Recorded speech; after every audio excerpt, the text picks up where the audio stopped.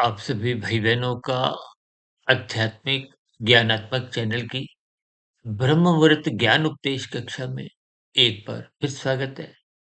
आज की चर्चा का विषय देखिए तन और मन की एक स्वभाव की स्थितियों पर है और आत्मा और परमात्मा का जो एक स्वभाव की स्थितियां हैं, उस पर कुछ चर्चा करने जा रहे हैं। क्योंकि सारा खेल तो देखिए मन के ही है। आत्मा और परमात्मा का सजातीय संबंध है। उसी प्रकार से देखिए तन का और मन का भी, क्योंकि ये एक भौतिक स्थितियां हैं। तन भी भौतिक एक प्रकृति का हिस्सा है। पृथ्वी जल अग्नि वायु आकाश का बना है। माता के गर्भ में इसका एक निर्माण प्रक्रिया 9 माह 9 दिन में संपूर्ण होती है। और उसके बाद की तो देखिए स्थितियां आप और हम अपने जीवन में देखते आए हैं। तो शरीर का जन्म होता है और मृत्यु होती है। और शेष स्थितियाँ सूक्ष्म शरीर, कारण शरीर की जैसे-जैसे आप और हम बनाते हैं, उसके आधार पे ही बार-बार आपकी हमारी जोनियाँ बदलती हैं। देखिए, ये बहुत ही एक साधारण सी स्थितियाँ हैं। लेकिन मनुष्य मरते दम तक आत्मा परमात्मा के संबंध को पहचान नहीं पाता। जैसे तन और मन का देखिए एक सजातीय संबंध है। माया का, प्रकृति का या प्रकृति के 3 गुणों का, आपके हमारे 3 शरीरों का, ये एक सजातीय संबंध है। देखिए माया तकनीकी रूप से जड़ है। जड़ का मतलब उसमें अपनी कोई इच्छा शक्ति नहीं है। जैसे आपके हमारे घरों में देखिए विभिन्न प्रकार के यंत्र रखे हैं और उन यंत्रों का सबका अलग-अलग स्वभाव होता है। ये बहुत साधारण सी स्थितियाँ देखिए हम चर्चाएँ करते आ रहे हैं। लेकिन मनुष्य जीवन पाकर जब तक आप और हम आत्मा और परमात्मा के संबंध को, जो कि नित्य है, सजातीय है, दोनों एक ही जाति के हैं। जाति का अभिप्राय दोनों चेतन सत्ताएँ हैं। जबकि माया माया अपने आप में जड़ है। भले ही साधारण बोलचाल में देखिए कुछ बातें संसारी भाषा के रूप में बोल दी जाती हैं। उनके अर्थ ऊपरी-ऊपरी स्तर पर समझने से कुछ और होते हैं। जब उनको ज्ञानपूर्वक बात को गहरे तल पे समझा जाता है, तो उनके अर्थ और भावार्थ कुछ बदल जाते हैं। संसारी भाषा में तो देखिए आत्मा को भी पापात्मा, पुण्यात्मा कह दिया जाता है, जबकि आत्मा सबकी समान गुण वाली है। कोई देखिए चाहे कोई साँप में योनि में हो, चाहे वृक्ष योनि में हो, चाहे कोई छिपकली है, कीड़ा-मकोड़ा है, कबूतर है, कुत्ता है, शेर है, मनुष्य है। देखिए ये सभी स्थितियाँ जब तक मनुष्य को इनका ज्ञानपूर्वक अर्थ समझ नहीं आता। देखिए 84 लाख प्रकार की योनियों का अभिप्राय ये जो मैंने अभी कुछ नाम लिए, ये उन योनियों से है। भीतर में देखिए सूक्ष्म शरीर, कारण शरीर, जो कि स्थूल शरीर का ही एक पात्रता बनाता है। देखिए स्थूल शरीर के स्तर पर ही आपके ऊपर जितने भी ये कानून का स्थितियाँ हैं, वो स्थूल शरीर के स्तर पर ही लागू होती हैं। और शास्त्रों का जो कर्म फल सिद्धांत है वो भी स्थूल शरीर पर ही लागू होता है। स्थूल शरीर और तन एक ही बात है। और सूक्ष्म शरीर जिसको हम मन कहते हैं, मन बुद्धि की स्थितियाँ, वो सूक्ष्म शरीर की हैं। देखिए तकनीकी रूप से ये जो माया है ये 24 तत्वों का एक ब्रह्मांड है।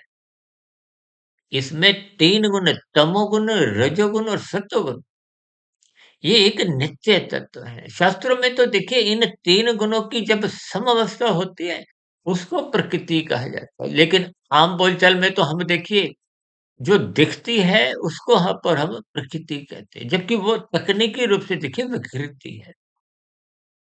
देखिए हम ब्रह्म मुहूर्त ज्ञान उपदेश कक्षा में कुछ गंभीर विषय ही उठाते हैं और उनको सैद्धांतिक रूप से तर्कपूर्वक, अर्थपूर्वक समझाने का एक प्रयास करते हैं। और ये प्रयास पिछले लगभग पौने 6 वर्षों से निरंतर चल रहा है। अभी तो हमारी देखिए लगभग 2800 के आसपास हमने वीडियो आज तक प्रसारित भी की है। इन सभी स्थितियों को ज्ञानपूर्वक जैसे-जैसे आप समझते जाते हो, क्योंकि आत्मा ज्ञान स्वरूप है, आपको में कोई नया ज्ञान नहीं मिलता। ये 2800 वीडियो में भी कोई देखिए नया ज्ञान नहीं है। ये शास्त्रों में देखिए मूलभूत ज्ञान तो वेदों का है, और वेद किसी ने भी लिखे नहीं है। उनको अपौरुषीय कहा जाता है। प्रभु की वाणी कहो कि इन सभी स्थितियों को हम तो बार-बार कहते हैं ना, वेदों के ही ज्ञान को एक सरल स्थितियों में उपनिषदों का रूप दिया गया। किनके द्वारा? मायातीत महापुरुषों द्वारा। और जब देखिए मायातीत शब्द इस्तेमाल होता है, तो वहाँ मैं सर एक बात और कह देता हूँ कि देखिए मैं स्वयं आज के दिन आपके समान एक मायाबद्ध की ही स्थिति में हूँ। तो परमात्मा की प्रेरणा से, गुरुओं के आशीर्वाद से ब्रह्म मुहूर्त में पिछले 27-28 वर्षों में 1 डेढ़ 2 बजे उठते-उठते इन सभी स्थितियों को बहुत ही गहरा चिंतन करते-करते जैसे-जैसे मेरी समझ बन पाई है, जो-जो बात मेरे पकड़ में आई है, उन सभी स्थितियों को मैं तर्कपूर्वक समझाने का एक प्रयास करता हूँ।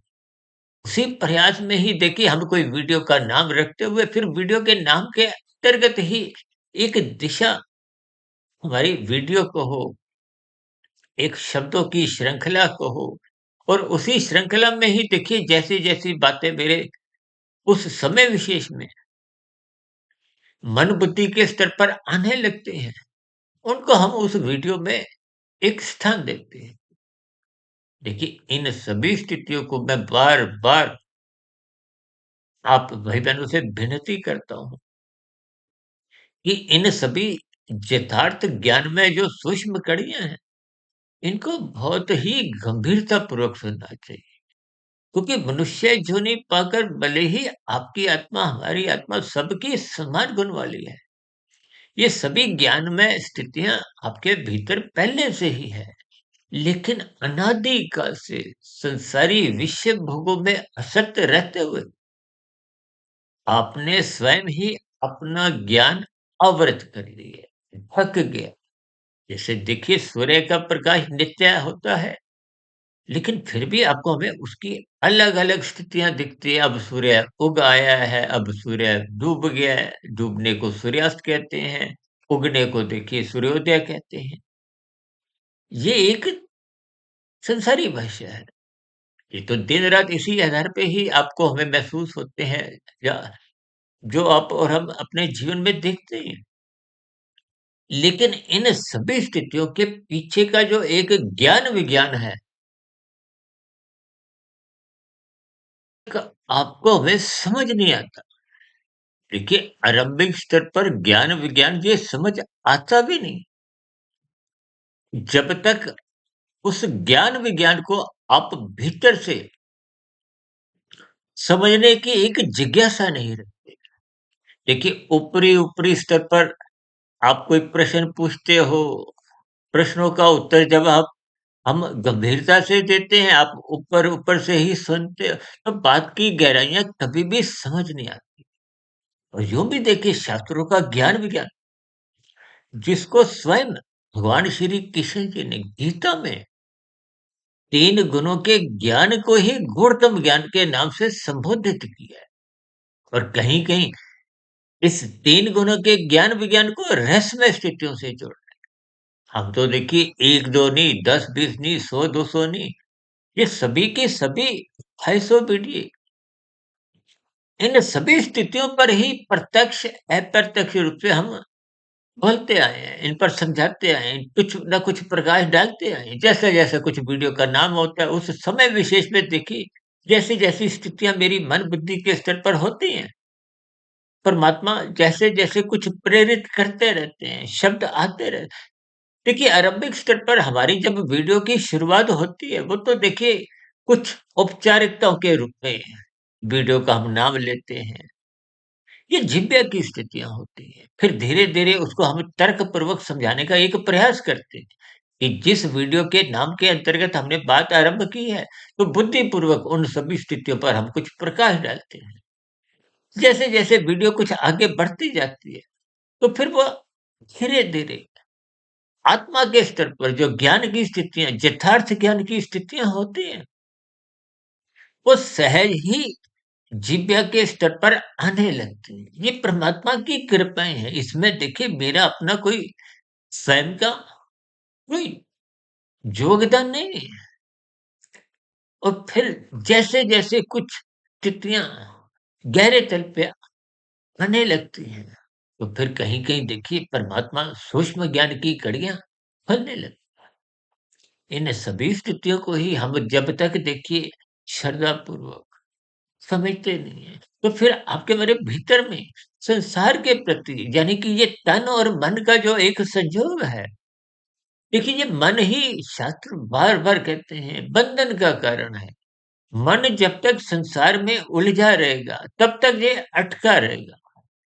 ये सुख-दुःख की स्थितियाँ बनी रहेंगी। जबकि भगवान श्री कृष्ण जी ने तो इस जगत को स्पष्ट शब्दों में दुखालय कहा है और हम प्रति क्षण इसको सुखालय बनाने का प्रयास करते हैं। जितने भी आज तक देखिए आविष्कार हुए हैं, चाहे ये लैपटॉप है, मोबाइल है, इंटरनेट है और भी आपके हमारे घरों में देखिए 1-2 यंत्र नहीं है, कितने ही सुख-सुविधा के साधन हैं। इन सभी का उद्देश्य क्या है? आपको में अधिक से अधिक आराम मिले। यानी कि मनुष्य आराम चाहता है। देखिए आराम को हो, आनंद कहो, यूँ तो देखिए आत्मा आराम नहीं चाहती, आत्मा आनंद चाहती है। शरीर आराम चाहता है, मन आराम चाहता है, भले ही वो तन के आराम में ही मन प्रसन्न होता है। लेकिन ये सभी स्थितियाँ आपके हमारे जीवन में निरंतर बनी रह नहीं पाती। देखिए, आपको हमें आराम मिलता है, आप स्वाद भरे व्यंजन खाते हो। देखिए, दाल-रोटी खाओ, चाहे मलाई कोफ्ता खाओ, शाही पनीर खाओ, खीर, पापड़, ये सभी स्थितियाँ देखिए आपके हमारे जीवन का व्यवहार का एक हिस्सा है। एक साधारण मनुष्य देखिए कपड़े पहनता है, कोई बन-ठन के देखिए ब्याह-शादियों में जब जाते हैं, आप और हम स्थूल शरीर को कितना अधिक महत्व देते हैं। जबकि स्थूल शरीर के रहते-रहते ही आप और हम जितनी आत्मा के ऊपर जो अज्ञानता की स्थितियाँ कार्यशील के द्वारा बुरे संस्कारों द्वारा बन चुकी है, वो यदि नहीं हटाते तो आपका हमारा जो मिला हुआ जीवन का जो एक अवसर है, वो निरंतर फिसलता जा रहा है, कमज़ोर होता जा रहा है। देखिए, आप और हम अपनी एक आयु लेके आए हैं। तकनीकी रूप से तो आप अपनी आयु नहीं, साँसें लेके आए हैं। यदि आप राजसी जीवन बिताते हो, तो आपकी हमारी साँसें तेज़ चलती हैं। आज ये देखिए ना दमे का रोग है, हार्ट का, दिल का रोग है। आजकल तो उच्च रक्तचाप का रोग लगभग सभी मनुष्यों में कम अधिक कुछ देखने को मिलता है। इसका कारण क्या है? आपके हमारे जीवन की बिगड़ी हुई जीवन शैली है। आपके हमारे बिगड़े हुए भोग विशेष हैं। आपके हमारी अधिक से अधिक धन इकट्ठा करने की जो एक लोलुपता है। देखिए जो चीज़ आपने खानी भी नहीं है, को भी इकट्ठा करने के लिए आप भागते जा रहे हो। अब मेरे मन में अभी एक उदाहरण आया, देखिए आप और हम रेस्टोरेंट में जाते हो, वहाँ वेटर आपको जो मेनू लाके देता है तो आप 2-4 सब्ज़ी जो भी अपने खाना होता है जिसमें आपकी रुचि होती है या आपके बजट में होती है, आप वही चीज़ें तो मँगवाते हो। जबकि होटल में तो देखिए कितने व्यंजन पूरी की पूरी लिस्ट तो आप नहीं मँगवाते। यानी कि जो खाना है वही आप मँगवाते हो और वही आप खाते हो। वो अलग बात है जब ज़्यादा खाना-पीना आप मँगवा लेते हो, खाया जाता नहीं, तो कुछ पदार्थ व्यर्थ जाते हैं। अब व्यर्थ से ही बात अभी और मन में आई, देखिए जो भी स्थितियाँ आप अपनी थाली में डालते हो या ऑर्डर देके आप अपनी उस टेबल को सजा देते हो, वो रखे हुए सभी पदार्थ आपके कर्माशय में से कम हो जाते हैं। आपने खाए या नहीं खाए, वो देखिए अलग स्थितियाँ हैं। लेकिन वो सभी के सभी कर्माशय में से कम हो जाते हैं। अब बात बीच में से आई तो मैंने इस पे थोड़ा प्रकाश डाला। देखिए हम उतना ही खाना मँगवाते हैं ना जो आपने हमने खाना होता है। इसी तरह जीवन में भी आपको में धन उतना ही इकट्ठा करना है कि आपकी स्वयं की जीवन का एक जीवन निर्वाह हो सके। परिवार के प्रति जो-जो एक आवश्यक आपके हमारे जीवन की एक ज़िम्मेदारियाँ हैं, एक माता-पिता होने के नाते या और भी देखिए जो आपकी एक ज़िम्मेदारियाँ हैं या समाज के प्रति भी देखिए आपकी बड़ी जो जवाबदेही है। हम तो बार-बार कहते हैं कि आप अपनी ज़िम्मेदारियों को समझो। ज़िम्मेदारियों का ही दूसरा नाम देखिए कर्तव्य पालन है और कर्तव्य पालन का ही पहला नाम क्या है? धर्म। धर्म को मनुष्य देखिए पूजा-पाठ से ही जोड़ते हुए संप्रदाय की स्थितियों में एक विशेष स्तर पर अपने जीवन को उलझा लेते हैं।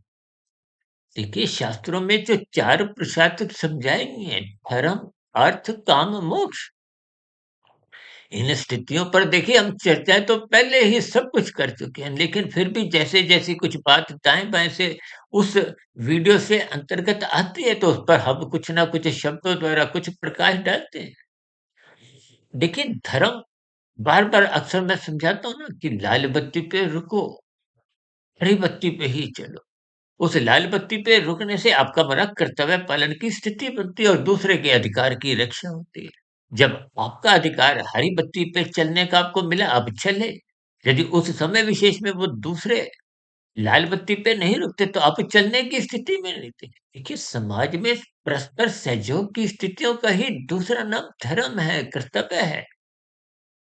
हम सभी भाई-बहन एक-दूसरे के सहयोग के बिना चल फिर नहीं सकते, रह नहीं सकते। आपका मेरा जीवन चल ही नहीं सकता। इन सभी स्थितियों को मनुष्य समझता नहीं है। देखिए, तन और मन का जो एक मिलन है, संयोग है, वो निरंतर बना रहता है। तन की आवश्यकताएँ हैं, लेकिन मन विषय भोगों की आसक्ति में रहता हुआ उन अवस्थाओं से आगे भोग इच्छाएँ बना लेता है।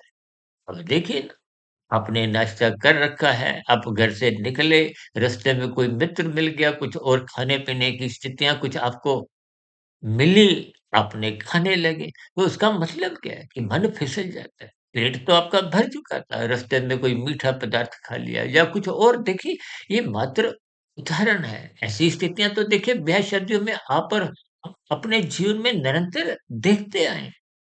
जिनके फलस्वरूप तन के स्तर पर रोगमय स्थितियाँ उत्पन्न होती हैं। रोगग्रस्त की स्थितियाँ ही जब राशि होती हैं, रोगग्रस्त स्थितियाँ ही आपका हमारा साँस तेज़ चलवाती हैं, तो फिर वो साँसें जल्दी खत्म होके आपके हमारे स्थूल शरीर की मृत्यु हो जाती है। और मृत्यु के होते ही आपके हमारे मिले हुए जीवन का जो एक अवसर था, अवसर क्या था? आत्मा और परमात्मा के संबंध को पहचानने का। देखिए, जब तक कारण शरीर में कर्माशय संस्कारों की स्थितियाँ बनी रहती हैं। जो तो देखिए शास्त्रों में कर्माशय को संस्कार कहा गया है। धर्मा अधर्म संस्कार कहा जाता है। लेकिन हम साधारण बोलचाल में देखिए कर्माशय शब्द का इस्तेमाल करते हैं। जबकि संस्कारों को वासना रूपी संस्कार कहा जाता है। तन के स्तर पर आप जो भी कर्म करते हो उसका कर्माशय बनता है। जैसे अब लाल बत्ती पे यदि नहीं रुकते, तो यहाँ यदि चालान आपका नहीं भी कटा तो परमात्मा के यहाँ आपका चालान कट जाता है। देखिए ये कुछ व्यवस्था ही ऐसी है। अब मनुष्य भले ही चोरी, डकैती, हेरा-फेरी, ये डिजिटल अपराध द्वारा या घोटालेबाजी की स्थितियों में जितना भी ये इकट्ठा करता है, वो सब परमात्मा के यहाँ। देखिए यहाँ की कानून व्यवस्था में तो कुछ न कुछ कमजोरियाँ रह जाती हैं, इंसान द्वारा है। इंसान पूर्ण है, चाहे वो पुलिस विभाग हो, चाहे वो न्यायालय की स्थितियाँ हो, हम शत प्रतिशत पूर्ण हो ही नहीं सकते, ऐसा संभव ही नहीं, क्योंकि आप और हम एक देश से हैं। पुलिस यहाँ खड़ी है तो वहाँ का उसको ज्ञान नहीं है, वो अलग बात है। देखिए आजकल कुछ इंटरनेट की कुछ ऐसे यंत्रों की सुविधा है, कुछ आपको ज्ञान हो जाता है, लेकिन फिर भी कि परमात्मा तो देखिए सर्वव्यापी सत्ता है। ये जो प्रकृति के 3 गुण जो भले ही जड़ हैं, देखिए जड़ रूपी यंत्र में क्रिया तब तक बनी रहती है जब तक परमात्मा की वो निर्गुण निराकार ब्रह्म शक्ति उसको चलायमान रखती है। भी हम कह रहे थे ना कि प्रकृति में परिवर्तन होते हैं। ये परिवर्तन होते नहीं है, वो तो यंत्र का ऐसा स्वभाव है। प्रकृति कहो, 3 गुण कहो, तमोगुण, रजोगुण और सतोगुण। तमोगुण का अभिप्राय देखिए पदार्थों से लिया जाता है। कमरा तो शरीर भी पृथ्वी, जल, अग्नि, वायु, आकाश का बना है। और ये पृथ्वी तो देखिए एक अंतिम घटक है। जैसे 24 तत्वों का ब्रह्मांड है। देखिए 3 गुणों को एक इकाई समझा जाता है। उस 3 गुणों का विस्तार कहो, परिवार कहो, जो भी आप कहो, वो एक ब्रह्मांड 23 तत्वों का है। जैसे आपका हमारा शरीर देखिए 24 तत्वों का है। 5 तत्वों का पृथ्वी, जल, अग्नि, वायु, आकाश, ये स्थूल शरीर है जो माता के गर्भ में बनता है। फिर आपकी हमारी जो क्रियाएँ मरने से पूर्व तक होती हैं, फिर मृत्यु के आते ही ये स्थूल शरीर समाप्त हो जाता है। यदि स्थूल शरीर के रहते-रहते आप और हम कारण शरीर समाप्त कर देते हैं। कारण शरीर समाप्त होने का मतलब ही क्या है? उसमें शुभ संस्कार बनते हैं। शुभ संस्कार बनते ही जब कारण शरीर शुद्ध हो जाता है, तो फिर कारण शरीर की परछाई आत्मा के ज्ञान को आवृत नहीं करती। आत्मा अपने मूल स्थिति में लौट आती है और आत्मा परमात्मा का देखिए पहले से ही सजातीय संबंध। आत्मा ज्ञान स्वरूप है, परमात्मा आनंद स्वरूप है। आत्मा में कभी भी आनंद होता ही नहीं और परमात्मा एक आनंद स्वरूप सत्ता है। यानी कि आत्मा परमात्मा का सजातीय संबंध ज्ञान के द्वारा ही बनता है। यानी कि जब-जब आप ज्ञानमय स्थितियों में रहते हो, जब ये शत प्रतिशत मूल स्थिति में लौट आती है, यानी कि जब कारण शरीर शत प्रतिशत शुद्ध हो जाता है, आत्मा पर किसी भी प्रकार का कोई आवरण, जैसे सूर्य के प्रकाश के आगे काले बादल हट जाते हैं, पीले, नीले जैसे भी देखिए कुछ बादल हट जाते हैं। फिर आत्मा का प्रकाश तो पहले ही था। जैसे हम देखिए उदाहरण देते हुए अक्सर बात समझाते हैं ना, आपने देखिए जैसे इस कमरे में ट्यूब जल रही है, तभी तो आपको मेरा चेहरा भी दिखाई दे रहा है। कैमरे का एक लैपटॉप का जो कैमरा है वो दृश्य मेरा ले रहा है। यदि उस ट्यूब के ऊपर मैं काला कपड़ा लगा दूँ, काला कागज़ लगा दूँ, तो कमरे में भी अंधकार हो जाएगा, मेरी फ़ोटो आप तक पहुँचेगी नहीं। यानी कि प्रकाश के ऊपर जब काला रंग का कपड़ा, कागज़ कुछ भी, काले रंग का अभिप्राय निषेधात्मक स्थितियों से है। काले रंग का अभिप्राय पदार्थों से है, तमोगुण से है। इस गुणों के खेल को समझो। हम तो प्रतिदिन कहीं न कहीं कुछ न कुछ प्रकाश डालते हैं, ताकि मेरा स्वयं का भी ज्ञान परिपक्व स्थिति में बना रहे और इस चर्चा का लाभ आपको भी मिले। जैसे मैंने भी देखिए गुरुओं को सुनते-सुनते, शास्त्रों को पढ़ते-पढ़ते किस मकाम पे पहुँचा हूँ। देखिए ये परस्पर शिष्य और गुरु के बीच का जो एक संबंध है, देखिए जब आप मूल ज्ञान स्वरूप स्थिति में लौट आते हैं, यानी कि आपको हमें कोई नया ज्ञान नहीं मिलता, केवल अज्ञानता समाप्त होती है। गुरु भी आपकी अज्ञानता समाप्त करता है। सत्संग करने से क्या है, आपकी हमारी जो एक राजसी तामसी स्थितियाँ, जो संसारी स्थिति हैं, जिन्होंने कारण शरीर को मैला किया है, उस मैलेपन की ही परछाई आत्मा पे पड़ती है। आत्मा परमात्मा से विमुख हो जाती है, तो आपके जीवन में आनंदमय झलकें समाप्त हो जाती है। देखिए, परमात्मा का आनंद चौबीसों घंटे हर क्षण निरंतर विद्यमान बना रहता है। वो तो हम देखिए बार-बार कहते रहते हैं ना कि ब्रह्म मुहूर्त में उठो, वो सतोगुण की एक शुद्धतम स्थिति है। दिन में रजोगुण होता है। रजोगुण में देखिए धुंधली स्थितियाँ होती हैं। जैसे अभी मैं ट्यूब के ऊपर काला कपड़ा करो, यदि आप पीला कागज़, नीला कागज़, हरा कागज़ लगाते हो और कुछ धुंधला प्रकाश, मध्यम प्रकाश कमरे में बना रहता है। यानी कि राशि स्थितियों में कुछ धुंधली स्थितियाँ, राशि मनुष्यों का ज्ञान देखिए कुछ नफ़ा-तुला ही होता है और संसारी मनुष्य तो देखिए राशि माना जाता है। राशि मनुष्य बार-बार एक ही गलती को भी करता रहता है। शास्त्रों में तो स्पष्ट शब्दों में कहा है कि मनुष्य बार-बार गलतियाँ करता है। हम आप भी करते हैं, मेरे से भी होती। देखिए जब तक आप और हम मायाबद्ध रहते हैं, गलतियाँ होती रहती हैं। जितना-जितना आप माया का पर्दा हटाते जाते हो, सतोगुण का प्रकाश जलाते जाते हो, कारण शरीर शुद्ध करते जाते हो। देखिए श्रद्धापूर्वक सत्संग तो स्थूल शरीर के स्तर पर होता है, मन बुद्धि उसके साथ जुड़ जाते हैं। हम बार-बार कहते हैं ना श्रद्धापूर्वक सत्संग 1% की सफलता है। जब मन बुद्धि के स्तर पर आप पुनः इस पर चिंतन करते हो। अब चिंतन तो देखिए उन्हीं मनुष्यों द्वारा संभव है ना जिन्होंने श्रद्धापूर्वक सत्संग किया है, जिन्होंने मात्र ऊपर-ऊपर से कुछ औपचारिकताओं में रहते हुए, बातें करते हुए या अधूरे मन से देखिए जैसे बच्चे आरंभिक स्तर पर देखिए अधूरे मन से ही रोते-धोते जाते हैं। राशि मनुष्य भी देखिए सत्संग कुछ रोते-धोते ही करते हैं, मन नहीं होता। मन कहाँ असत होता है? विषय भोगों ये एक जीवन की हमारी सच्चाई है। यानी कि विषय भोगों में मन असक्त होता है, इसलिए स्थूल शरीर के स्तर पर कि हमारी 5 ज्ञानेंद्रियाँ आँख, नाक, जिह्वा, त्वचा और कान, ये 5 भोग्य विषयों का सुख भोगना चाहती है। नाक गंध का सुख भोगना चाहती है। जिह्वा पदार्थों का सुख भोगना चाहती है। आँख दृश्यों का सुंदर-सुंदर दृश्य देखना चाहती है। कान सुंदर शब्दों का जैसे आप देखिए कोई गीत सुनते हो, भजन सुनते हो, ये सब कान का विषय है। और स्पर्श सुख आप समझते ही हो। अब सर्दियों में देखिए आपको हमें एक धूप सेकना अच्छा लगता है। तो स्पर्श सुख को देखिए एक मैथुन की स्थितियों से भी जुड़ा जाता है। देखिए शब्दों की स्थितियों के अर्थ भावार्थ वो गहरे तल पे जब समझ में आएँगे, ये तन और मन का यानी कि स्थूल शरीर और सूक्ष्म शरीर का संबंध निरंतर बना रहता है। शास्त्रों में इसको स्वीकार किया गया है। इसको इंद्रिय दोष कहा गया। इसलिए तो शास्त्र बार-बार कहते हैं, सत्संग करो, सत्संग करना अनिवार्य है। और मनुष्य उस अनिवार्य स्थिति को करता नहीं, तो फिर जीवन में फेल हो जाता है। अब ये ध्यान आ रहा है देखिए परीक्षा में जब आप हम बैठते हैं तो कभी-कभी वहाँ लिखा होता है ना कि पहला प्रश्न अनिवार्य है। फिर शेष क्वेश्चनों में लिखा होता है कि इन 20 में से आप 15 कर सकते हो, 5 छोड़ सकते हो। हम जो अनिवार्य चीज़ है उसको करते ही नहीं। अनिवार्य क्या है? सत्संग करना, ब्रह्म मुहूर्त में उठना। ब्रह्म मुहूर्त देखिए सतोगुण की एक शुद्धतम स्थिति है। परमात्मा से जुड़ना आसान होता है। आसान का मतलब क्या है?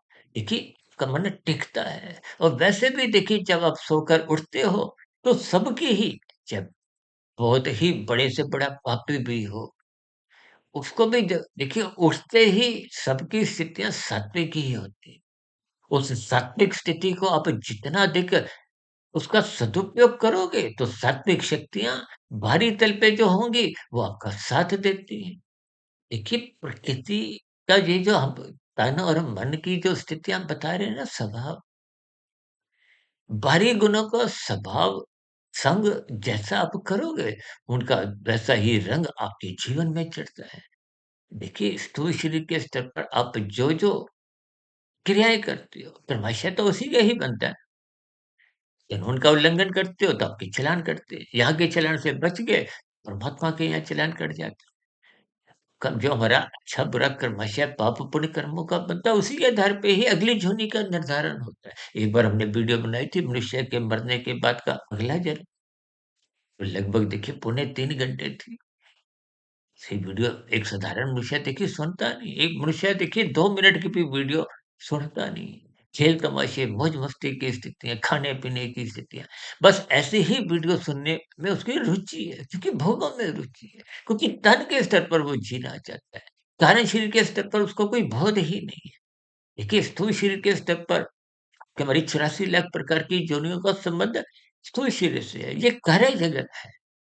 इसके पीछे का कारण क्या है? वो कारण शरीर है। कारण शरीर का अभिप्राय कर्मश्य से है, संस्कारों से है और उसको आप हल्के में लेते हो। लेकिन जब तक आप सत्संग नहीं करते, सत्वगुण का संग नहीं करते, प्रकृति में तो देखिए सत्वगुण को ही मुक्तिदायक कहा गया है और रजोगुण, तमोगुण को तो बंधनदायक कहा गया है। देखिए मनुष्य तमोगुण में कब गिरता है? जब उसका रजोगुण बिगड़ता है और रजोगुण किनका बिगड़ता है? जिनका सत्संग कमजोर होता है। सत्संग कमजोर होने से जब सतोगुण ही का संग ही नहीं होता, फिर परमात्मा को पाने की तो स्थितियाँ बहुत दूर की होती है। कि परमात्मा विशुद्ध सत्वगुणी सत्ता है। सर मैं एक उदाहरण द्वारा इस पे प्रकाश डालता हूँ कि कोई आईएएस अधिकारी बनना चाहता है, तो उससे पहले तो उसको देखिए आईएएस की मुख्य परीक्षा उत्तीर्ण करनी होती है, इंटरव्यू में पास होना होता है और मुख्य परीक्षा में बैठने का अधिकारी तो वही होता है जो पहले प्रिलिमिनरी टेस्ट पास करता है। यानी कि परमात्मा के मार्ग पर चलने के लिए, परमात्मा को समझने के लिए सर्वप्रथम आपको हमें सत्वगुण मजबूत करना है। यदि सत्वगुण अभी मजबूत ही नहीं है, रजोगुण मजबूत है, तो परमात्मा के सम्मुख जाकर भी कीर्तन करते हुए भी, सत्संग करते हुए भी, कर्मकांड करते हुए भी, तो मन तो देखिए वहीं उलझा रहता है और मन जहाँ उलझता है, प्राप्ति वहीं की ही होती है। कभी-कभी आप और हम स्थूल शरीर के स्तर पर बहुत कुछ करते हुए दिखाई देते हैं। विशेष रूप से देखिए, ये जो कर्म कांड है, ये स्थूल शरीर के स्तर पर ही संसार में होते हुए दिखाई देते हैं। विशेष रूप से भारत में मन जुड़ता नहीं है, तो फिर भीतर में स्थितियाँ कुछ बदलते नहीं है। बाहरी स्थितियों में देखिए जो भी स्थितियाँ वो तो तन के स्तर पर है। तन के स्तर पर आप जितना लाखों, करोड़ों, अरबों, खरबों जितना कमा भी लो, वो तो तन की मृत्यु के साथ ही समाप्त समझा जाता है। इसलिए को हमें आत्मा और परमात्मा के संबंध को पहचानना है। आत्मा ज्ञान स्वरूप है, उस ज्ञान स्वरूप स्थिति में लौटते ही आपको हमें उतने-उतने अंश में परमात्मा के आनंद की झलकें मिलती हैं। और जब आत्मा पर ये 3 शरीरों का बंधन, स्थूल शरीर, सूक्ष्म शरीर, कारण शरीर, तीनों बंधन समाप्त हो जाएँगे, तो फिर आत्मा मोक्ष की स्थिति, एक लंबे काल के लिए एक मायातीत की स्थिति को उसको प्राप्त हो जाती है। देखिए, ये बहुत सरल एक गणित है, यदि समझ में आ जाए। यदि समझ में नहीं आया, तो फिर देखिए जैसा-जैसा कारण शरीर की स्थितियाँ होंगी, देखिए स्थूल शरीर की मृत्यु तो सबकी ही आती है, जोगी हो, रोगी हो, भोगी हो। स्थूल शरीर की मृत्यु आने से पूर्व यदि आप और हम कारण शरीर, उसका कारण को 84 लाख प्रकार की योनियों के बंधन के जो एक मूल स्थिति है, कारण है, उसका नाम ही कारण शरीर इसलिए रखा गया। उसको यदि आप और हम समाप्त कर देते हैं, देखिए कर्माशय तो समाप्त नहीं होता, कर्माशय तो अनंत है। संस्कार, कर्माशय को संस्कार ही उन्मुख करते हैं। बिना संस्कारों के देखिए कर्माशय अर्थहीन है। यदि आपने संस्कार अच्छे बना लिए, तो बुरे कर्माशय के फलस्वरूप जो-जो स्थितियाँ आएँगे भी, वो आपको हमें फिर दुखी नहीं करती। देखिए, ये शब्दों की स्थितियों के अर्थ भावार्थ आपको हमें जितने-जितने स्तर पर समझ में आएँगे, इसलिए आज हमने देखिए तन और मन के एक संबंध के ऊपर यानी कि दोनों का जो एक स्वभाव है। तन क्योंकि देखिए विषय भोगों का ही एक परिणाम है, उनका सजातीय संबंध है। इसीलिए तो सत्संग अनिवार्य स्थिति कही है। जो मनुष्य सत्संग नहीं करता उसका रजोगुण बिगड़ता ही है। इस बात को आप स्वीकार कर लोगे, अच्छी बात। नहीं, तो देखिए फिर जैसी-जैसी स्थितियाँ ये स्थूल शरीर की मृत्यु निश्चित है। सर्वमनुष्य देखिए युवावस्था, प्रौढ़ावस्था तक भी लगभग इस स्थिति पर कुछ चिंतन नहीं करता। मैं तो बार-बार कहता हूँ देखिए श्मशान घाट में जहाँ अंतिम संस्कार की स्थितियों में जितना ज्ञान को हमें मिलता है, उतना ज्ञान तो देखिए सत्संग में भी नहीं मिलता। देखिए ये बहुत ही स्थितियाँ गहरे तल पे आपको हमें समझनी है। देखिए, जहाँ-जहाँ रजोगुण होता है आजकल तो देखिए सत्संग की स्थितियाँ भी राशि बनती जा रही है। अब दिन में देखिए ये भागवत पुराण की भी जो कथाएँ होती हैं, उस कथाओं का समय भी तो देखिए दोपहर का है। अब दोपहर को तो देखिए रजोगुण चल रहा है और खत्म होते-होते सूर्य डूब जाता है तो तमोगुण की स्थितियाँ आरंभ होती हैं। बाहरी गुणों के प्रवाह को आप हम बदल नहीं सकते। ये तो सतयुग में भी यही प्रवाह था। त्रेता युग में द्वापर और वर्तमान समय तो कलयुग की स्थितियाँ हैं। आजकल तो देखिए भजन संध्याओं का भी दौर चलता है। तो ये सभी स्थितियों को आप ज्ञानपूर्वक समझिए। प्रकृति के 3 गुणों की स्थितियों को समझिए। देखिए हमारी ब्रह्म मुहूर्त ज्ञान उपदेश कक्षा हो, चाहे संध्या बेला ज्ञान कक्षा की, वो सर्व कल्याण वृक्ष की प्रश्नोत्तर ज्ञान कक्षा हो, जो कि आजकल पिछले काफ़ी समय से चल रही है। और अब तो हमने दोपहर को भी देखिए कुछ 2 ढाई मिनट की एक वीडियो ज्ञान संदेश के रूप में, ताकि ये सुबह की जो सूक्ष्म ज्ञान में स्थितियाँ हैं, ये आपके हमारे समझ में आ जाए। देखिए इन सभी वीडियो को देखिए, ब्रह्म मुहूर्त की वीडियो हो, चाहे शाम की, चाहे दोपहर की, हम रिकॉर्डिंग का ये सब स्थितियाँ सुबह ही बनाते हैं, क्योंकि सुबह उस समय विशेष में अनुकूलताएँ होती हैं। देखिए, सूर्य निकलने से पूर्व के 2 घंटे 40 मिनट का जो समय है, वो तो ब्रह्म मुहूर्त है ही है। यदि आप 1, डेढ़, 2 बजे उठ जाते हो, तो वो भी फिर ब्रह्म मुहूर्त का समय एक बड़ा हो जाता है। अब मायातीत महापुरुषों का तो देखिए 24 घंटे ब्रह्म मुहूर्त ही रहता है। इस ब ब्रह्म मुहूर्त की स्थिति को आप जितना ज्ञानपूर्वक समझ जाओगे, कभी कोई भाई-बंधु ऐसा भी कहते हैं ना कि देखिए, जब आप उठ जाते हो, तब तक तो हम सोते भी नहीं हैं। देखिए, जब तक आप जगते हो, वो रजोगुण की स्थितियाँ हैं। बाहरी देखिए, अलग-अलग स्थितियाँ हैं। बाहरी गुण तो बदलते नहीं हैं। वो तो प्रकृति का एक जो एक क्रिया-प्रक्रिया, जो भी उसकी एक स्थितियाँ हैं, उस प्रक्रिया को आप और हम बदल नहीं सकते। आप अपने अंतःकरण को बदल सकते हो। तो देखिए, जब तक आप और हम जगते हैं, वो रजोगुण का ही कारण है। जब आप तकनीकी रूप से सो जाते हो, वो सोने की स्थिति तमोगुण की है। और आजकल तो देखिए, लोग भोगों में भोगते-भोगते मादक पदार्थों का सेवन करते हैं, गुटखा, तम्बाकू खाते हैं, शराब का सेवन करते हैं। यानी कि राजसी स्थिति में भी वो तमोगुण को ले आते हैं, अच्छी स्थितियों में आते हैं। फिर ये स्थितियाँ तो हम स्वयं ही अपना ज्ञान का दीपक बुझाते हैं। फिर अंधकारमय स्थितियों में तो आपको में रहना पड़ेगा, जूझना पड़ेगा, और अंधकार में तो ठोकरें हैं, और ठोकरें दुखदाई होती हैं, कभी भी सुखदाई नहीं होती। इन सभी स्थितियों को परमात्मा की प्रेरणा से मैंने समझाने का प्रयास किया है। इसलिए हम सभी भाई-बहनों को अपनी दिनचर्या कुछ ऐसे व्यवस्थित करनी चाहिए, ताकि आपका हमारा कार्यशरीर शुद्ध हो। इसके लिए श्रद्धापूर्वक सत्संग थोड़ी-सी के स्तर पर करते रहिए।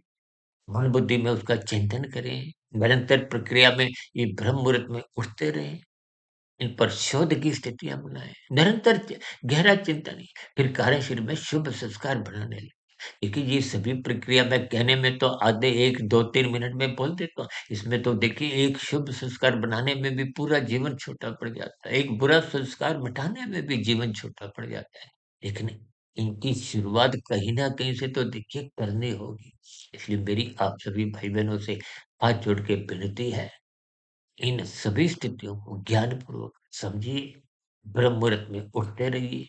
देखिए, ज्ञान की स्थितियाँ कहीं से भी आप जुड़ो। ऐसा नहीं कि आपने केवल मेरे ही चैनल से जुड़ना है। आप अखबार पढ़ो, चाहे कोई ग्रंथ पढ़ो, किसी की भी वीडियो, जहाँ देखिए ज्ञान कहीं से भी मिले, उसको लो। चाहे आप ई-रिक्शा में बैठे हो, ई-रिक्शा वाले ने भी कोई ज्ञान की बात बताई है, तो उसको भी श्रद्धापूर्वक सुनो। आप कहीं भी दुकानदारी कर रहे हो, कहीं भी कोई स्थिति में हो, यहाँ से ज्ञान मिले, उसको आदरपूर्वक स्वीकार करो। वो आपके हमारे कार्यशरीर को शुद्ध करता है, और शुद्ध होते-होते वो आत्मा अपने मूल रूप में लौटने लगती है। तो फिर आत्मा परमात्मा का तो पहले ही सजातीय संबंध है। उस संबंध में आपको मैं आनंद माँगना नहीं पड़ता, वो सहज ही उपलब्ध बना रहता है। तो इन सभी स्थितियों के ज्ञान-विज्ञान को आत्मा की प्रेरणा से ब्रह्म मुहूर्त समय विशेष में मैंने समझाने का प्रयास किया। देखिए, हम प्रतिदिन कुछ न कुछ ऐसी चर्चाएँ लेके आते हैं कि शास्त्रों का ज्ञान विज्ञान तकनीकी रूप से, सैद्धांतिक रूप से हमें समझ में आ जाए। फिर समझ में आने पे उसके अनुसार कि हमारी दिनचर्या एक व्यवस्थित हो, अनुशासित हो, कि हमारा मिला हुआ जीवन भौतिक स्तर पर भी सफल हो, और आध्यात्मिक स्तर पर सार्थक हो। ताकि ये जो नीचे की अधोगति की से लाख प्रकार की जोनियाँ हैं, इन जोनियों में गिरना ना पड़े, निरंतर आगे बढ़ते जाओ, आध्यात्मिक उन्नति के दरवाजे खोलते जाओ। देखिए, इस जन्म में यदि आप 15% आध्यात्मिक उन्नति कर लेते हो, तो सर्वप्रथम आपकी अगली मनुष्य जोनि सुनिश्चित हो जाएगी। क्योंकि साधना करने का अवसर तो मनुष्य जीवन में है, और जब आपने उस मार्ग पर चलना आरंभ कर दिया, वो नीचे की और किसी जोनि में भेजा ही नहीं जाएगा। कि ये बहुत ही एक सरल शब्दों में संदेश है। फिर अगले जन्म में फिर संस्कारी माता-पिता मिलेंगे, गुरुजनों का संग मिलेगा, कहीं न कहीं से फिर आगे यात्रा आगे बढ़ेगी, साधना बढ़ेगी, तो वो आगे बढ़ते-बढ़ते 18, 20, 25, 30 ऐसे करते-करते देखिए जब आप इसी जन्म में देखिए तभी तो कहते हैं मनुष्य योनि आप आदि जन्म भी बना सकते हो और अंतिम जन्म भी बना सकते हो। अंतिम जन्म का मतलब क्या? कि आप इसी जन्म में भी मायातीत हो सकते हो। यदि 100% कारण शरीर शुद्ध हो जाता है, स्थूल शरीर के रहते-रहते स्थूल शरीर की मृत्यु होते ही कारण शरीर पहले ही आपने शुद्ध कर दिए, समाप्त हो गया। सूक्ष्म शरीर वैसे ही समाप्त हो जाता है। फिर आत्मा पे कोई बंधन नहीं होता तो मायातीत की स्थिति, आनंद स्वरूप का एक लंबे काल के लिए मनुष्य उस मायातीत की स्थिति को कहो, आनंद स्वरूप स्थिति का कहो, वो मोक्ष की स्थिति में आनंदमय जीवन बिताता है। इसकी परमात्मा की कृपा से इन सभी बातों को मैंने क्रमबद्ध तरीके से समझाने का एक प्रयास किया है। भी समझाने में कुछ कमी रह गई हो, तो आप भाई-बहनों की प्रश्नों का यहाँ-यहाँ आपको कुछ बात समझ नहीं आई हो या मेरी कही गई बातों पर आपका कोई विरोध हो, आपत्ति हो या मेरी समझाई गई बातों पर आपका किसी प्रकार का कोई आपका कोई सुझाव हो, आपके प्रश्नों का, सुझावों का और शिकायतों का, नीचे दिए गए कमेंट्स बॉक्स सदा ही स्वागत है। चर्चा विषय को यहीं विराम देते हैं। दोपहर को मिलेंगे हम आध्यात्मिक ऑक्सीजन के ज्ञान संदेश में और शाम को हम मिलते हैं सर्व कल्याण वृक्ष की प्रश्नोत्तर ज्ञान कक्षा में या एक साधारण चर्चा में ताकि ज्ञान का सिलसिला बना रहे। ज्ञानमय स्थिति में रहने से ही मनुष्य पाप कर्मों से बचा रहता है कि कहीं भी फिर अधोगति नहीं होती। इन सभी स्थितियों के गणित को आप भी समझिए और अपने जीवन को आध्यात्मिक उन्नति के मार्ग पर ले जाने का एक आह्वान करें। अपने जीवन का सदुपयोग करें। इन्हीं शुभकामनाओं के साथ चर्चा विशेष को अब यहीं विराम देते हैं।